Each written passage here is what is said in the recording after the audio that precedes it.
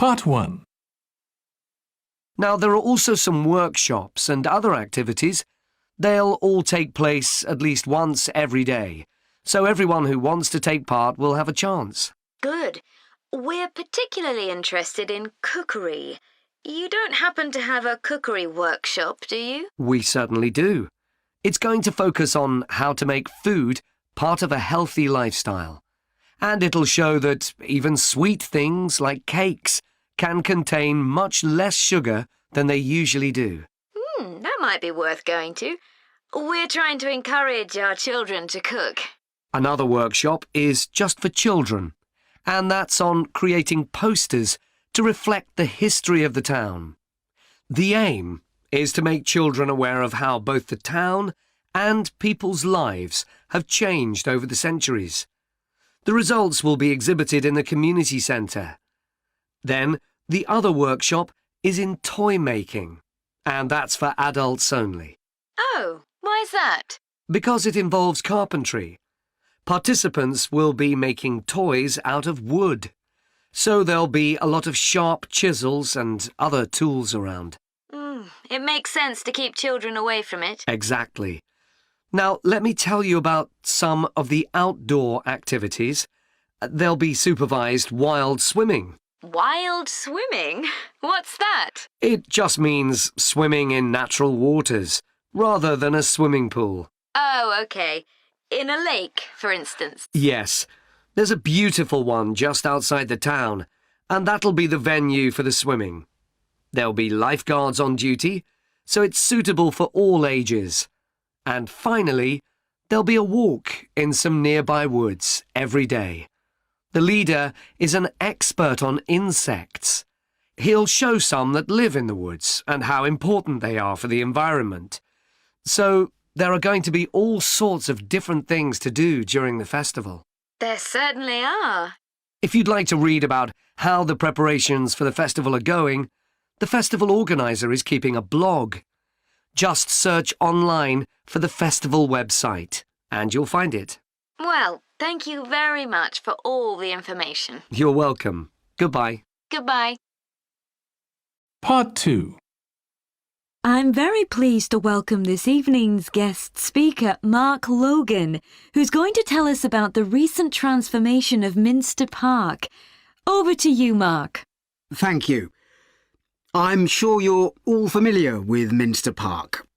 It's been a feature of the city for well over a century and has been the responsibility of the City Council for most of that time. What perhaps isn't so well known is the origin of the park. Unlike many public parks that started in private ownership, as the garden of a large house, for instance, Minster was some wasteland, which people living nearby started planting with flowers in 1892. It was unclear who actually owned the land, and this wasn't settled until 20 years later, when the council took possession of it. You may have noticed the statue near one of the entrances. It's of Diane Gosforth, who played a key role in the history of the park. Once the council had become the legal owner, it planned to sell the land for housing. Many local people wanted it to remain a place that everyone could go to enjoy the fresh air and natural environment. Remember, the park is in a densely populated residential area.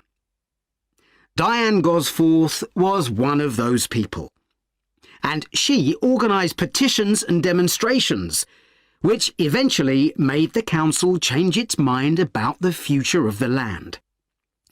Soon after this, the First World War broke out in 1914, and most of the park was dug up and planted with vegetables, which were sold locally. At one stage, the army considered taking it over for troop exercises and got as far as contacting the city council, then decided the park was too small to be of use. There were occasional public meetings during the war in an area that had been retained as grass. After the war, The park was turned back more or less to how it had been before 1914 and continued almost unchanged until recently. Plans for transforming it were drawn up at various times, most recently in 2013, though they were revised in 2015 before any work had started. The changes finally got going in 2016 and were finished on schedule last year. OK, let me tell you about some of the changes that have been made and some things that have been retained. If you look at this map, you'll see the familiar outline of the park, with the river forming the northern boundary, and a gate in each of the other 3 walls.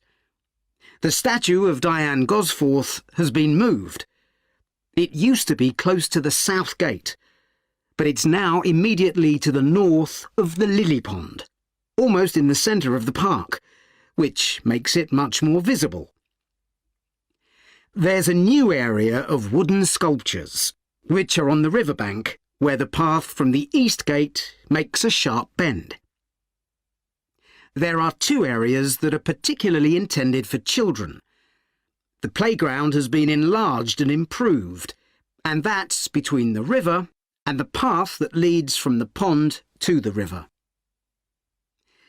Then there's a new maze, a circular series of paths separated by low hedges. That's near the west gate. You go north from there towards the river and then turn left to reach it. There have been tennis courts in the park for many years, and they've been doubled, from 4 to 8. They're still in the southwest corner of the park, where there's a right-angle bend in the path. Something else I'd like to mention is the new fitness area. This is right next to the lily pond on the same side as the west gate. Now, as you're all gardeners, I'm sure you'll like to hear about the plants that have been chosen for the park. Part 3.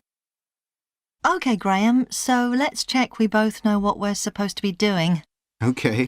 So, for the university's open day, we have to plan a display on British life and literature in the mid-19th century. That's right. But we'll have some people to help us find the materials and set it up, remember? For the moment, we just need to plan it. Good. So, have you gathered who's expected to come and see the display? Is it for the people studying English or students from other departments? I'm not clear about it. Nor me. That was how it used to be, but it didn't attract many people, so this year it's going to be part of an open day to raise the university's profile. It'll be publicised in the city to encourage people to come and find out something of what goes on here, and it's included in the information that's sent to people who are considering applying to study here next year. Presumably some current students and lecturers will come? I would imagine so. But we've been told to concentrate on the other categories of people. Right. We don't have to cover the whole range of 19th century literature, do we? No, it's entirely up to us. I suggest just using Charles Dickens. That's a good idea. Most people have heard of him and have probably read some of his novels or seen films based on them. So that's a good lead-in to life in his time. Exactly. And his novels show the awful conditions that most people had to live in, don't they? He wanted to shock people into doing something about it. Did he do any campaigning other than writing? Yes, he campaigned for education and other social reforms and gave talks. But I'm inclined to ignore that and focus on the novels. Yes, I agree. OK, so now shall we think about a topic linked to each novel? Yes, I've printed out a list of Dickens's novels in the order they were published, in the hope you'd agree to focus on him. You're lucky I did agree. Let's have a look. OK, the first was The Pickwick Papers, published in 1836. It was very successful when it came out, wasn't it? And was adapted for the theatre straight away. There's an interesting point, though, that there's a character who keeps falling asleep, and that medical condition was named after the book. Pickwickian syndrome. Oh, so why don't we use that as the topic and include some quotations from the novel? Right. Next is Oliver Twist. Mm-hmm. There's a lot in the novel about poverty, but maybe something less obvious. Well, Oliver is taught how to steal, isn't he? We could use that to illustrate the fact that very few children went to school, particularly not poor children, so they learnt in other ways. Good idea. What's next? Maybe Nicholas Nickleby? Actually, he taught in a really cruel school, didn't he? That's right. But there's also the company of touring actors that Nicholas joins. We could do something on theatres and other amusements of the time. We don't want only the bad things, do we? OK. What about Martin Chuzzlewit? He goes to the USA, doesn't he? Yes. And Dickens himself had been there a year before and drew on his experience there in the novel. I wonder, though. The main theme is selfishness. So we could do something on social justice? No, too general. Let's keep to your idea. I think it would work well. He wrote Bleak House next. That's my favourite of his novels. Yes, mine too. Oh, His satire of the legal system is pretty powerful. that's true. But think about Esther, the heroine. As a child, she lives with someone she doesn't know is her aunt, who treats her very badly. Then she's very happy living with her guardian, and he puts her in charge of the household. And at the end, she gets married, and her guardian gives her and her husband a house, where, of course, they're very happy. Yes, I like that.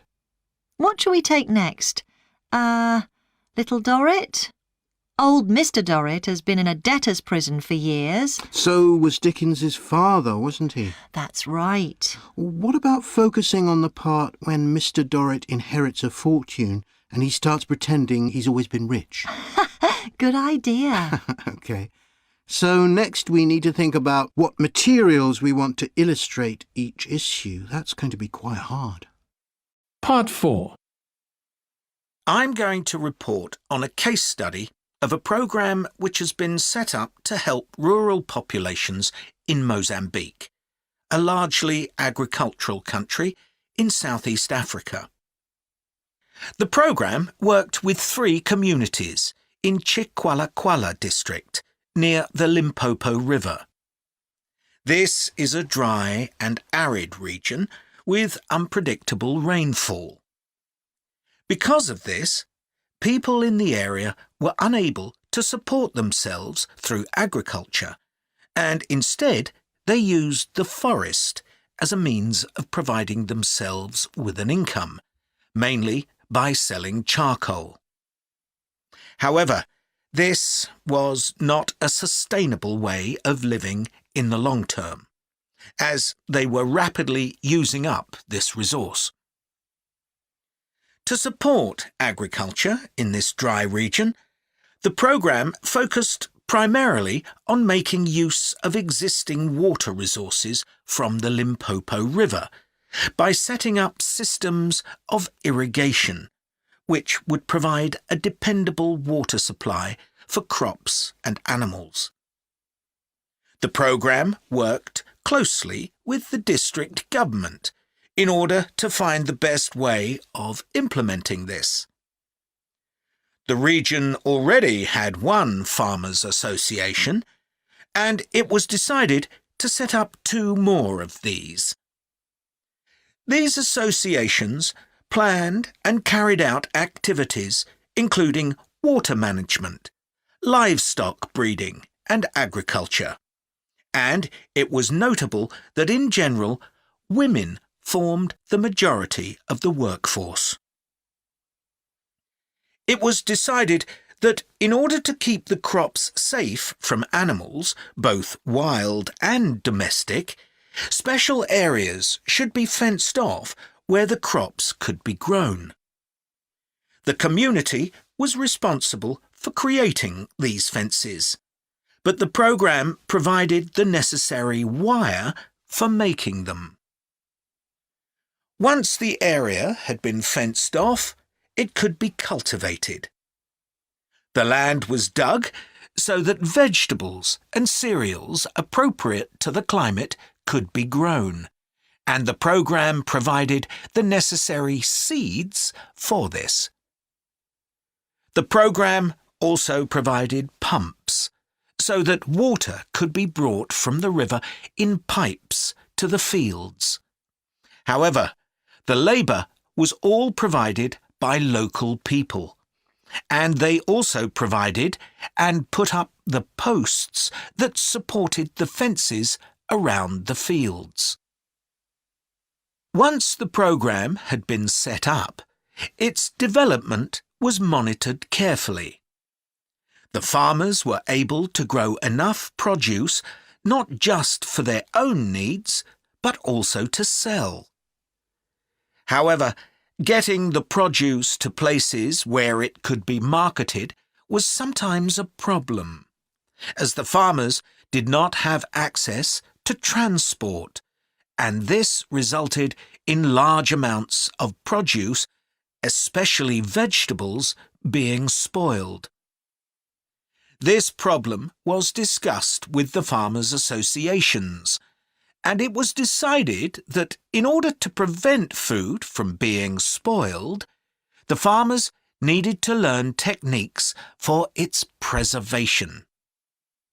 There was also an additional initiative that had not been originally planned, but which became a central feature of the programme. This was when farmers started to dig holes for tanks in the fenced-off areas and to fill these with water and use them for breeding fish, an important source of protein. After a time, another suggestion was made by local people which hadn't been part of the programme's original proposal, but which was also adopted later on. They decided to try setting up colonies of bees, which would provide honey both for their own consumption and to sell. So, what lessons can be learned from this programme? First of all, it tells us that in dry, arid regions, if there is access to a reliable source of water, there is great potential for the development of agriculture. In Chiqualaquala, there was a marked improvement in agricultural production, which improved food security and benefited local people by providing them with both food and income. However, it's important to set realistic timelines for each phase of the programme, especially for its design, as mistakes made at this stage may be hard to correct later on. The programme demonstrates that sustainable development is possible in areas where there is